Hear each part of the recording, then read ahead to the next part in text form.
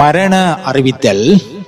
குருநாகலை பிறப்பிடமாகவும் உடையார்கட்டு கிழக்கு சுதந்திரபுரம் சந்தியை வதிவிடமாகவும் கொண்ட கிபிரென எல்லோராலும் அழைக்கப்படும் ராமலிங்கம் விஜயகுமார் குமார் 11/6/2026 அன்று காலமானார்.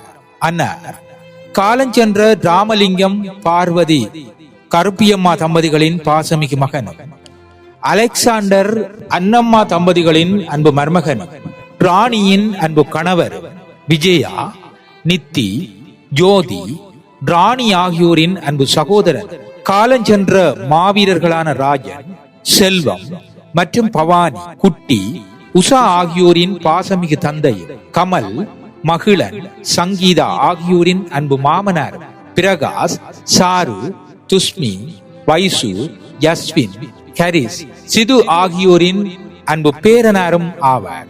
அன்னாரின் இறுதிக்கிரியைகள் 12/6/2026 நாளை வெள்ளிக்கிழமை பிற்பகல் 2 மணியளவில் அன்னாரது இல்லத்தில் நடைபெற்று உடலம் தகன கிரியைகளுக்காக வெள்ளப்பள்ளம் பொது மயானத்திற்கு எடுத்துச் செல்லப்படும்.